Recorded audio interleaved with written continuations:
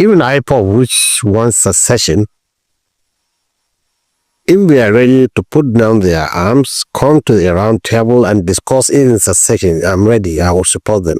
A massive political storm is currently sweeping across the Nigerian internet today, heavily sparked by a very surprising and completely unexpected statement coming directly from the north. The headline, currently catching everyone's attention and causing a massive debate online, suggests that the highly controversial Islamic cleric Sheikh Ahmad Gumi has officially declared his open support for the Indigenous People of Biafra, widely known as IPOB, and the agitation led by Nnamdi Kanu. When you first read a headline like that, it sounds completely unbelievable, considering the vast geographical, religious, and political differences between a prominent Northern Islamic scholar and a Southern self-determination group.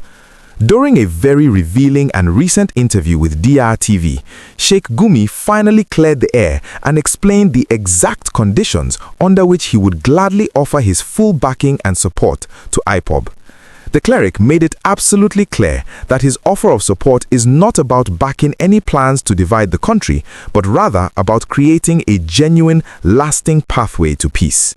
He stated very firmly that his backing is completely dependent on the group's absolute willingness to permanently abandon all forms of violence and fully embrace open, peaceful dialogue with the Nigerian authorities. According to the details emerging from this viral interview, Sheikh Gumi is strongly pushing the idea that continuous kinetic or military action alone cannot permanently resolve the deep-rooted issues facing the nation. He is actively offering to stand behind IPOB if they are ready to lay down their arms completely and approach the federal government at a peaceful round table.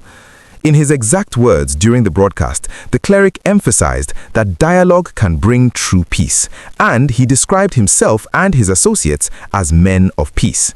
He specifically pointed out that even a group like IPOB, which has historically been known for its strong secessionist agitations, can be brought back into the fold of peaceful national discussion. Gumi noted that if they are genuinely ready to put down their weapons and come forward to discuss their grievances, he is totally ready to support them in that peaceful transition. The core message he wanted to pass across to the entire nation is that all forms of violence must be rejected.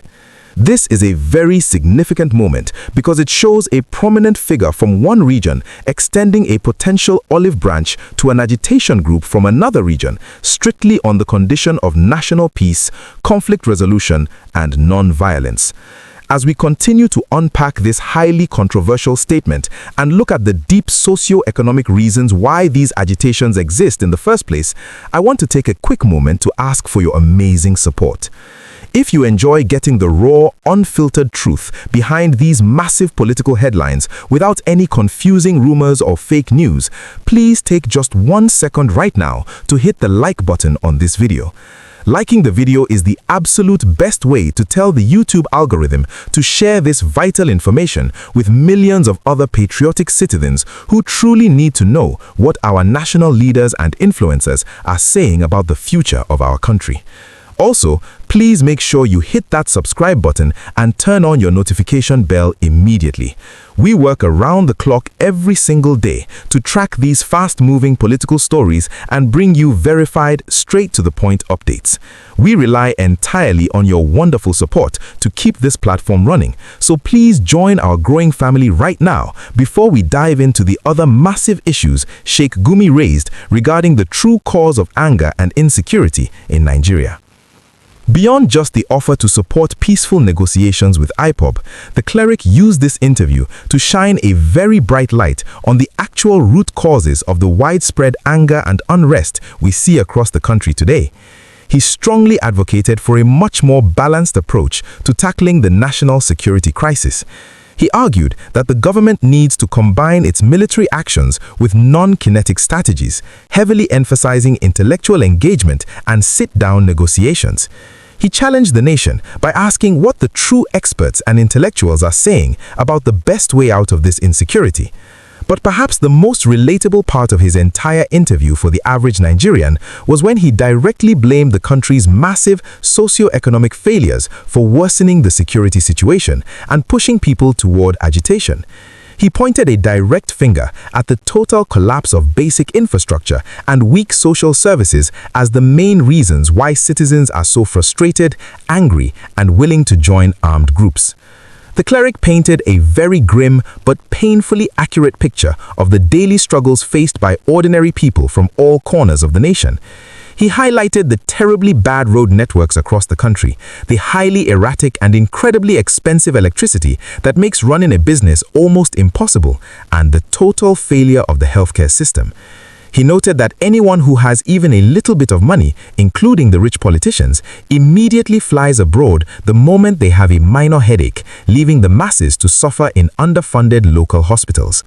He also pointed out the collapsing education sector, asking the very difficult question of what is actually working in the country right now. When you look at his statements collectively, Sheikh Gumi is essentially arguing that if the government can fix these basic socio-economic problems and bring groups like IPOB to a peaceful roundtable for honest dialogue, the nation can finally heal. This brings up a very powerful question for everyone watching today. Looking at the deep frustration over bad roads, poor electricity, and lack of jobs, do you agree with Sheikh Gumi that fixing these issues and offering a peaceful roundtable dialogue to IPOB is the best way to finally end the unrest?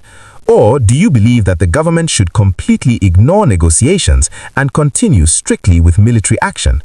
Please take a few moments to go down into the comment section and drop your honest, highly detailed thoughts. Your unique perspective is an incredibly vital part of this national conversation, and sharing your views helps us all understand the best way forward for our beloved country.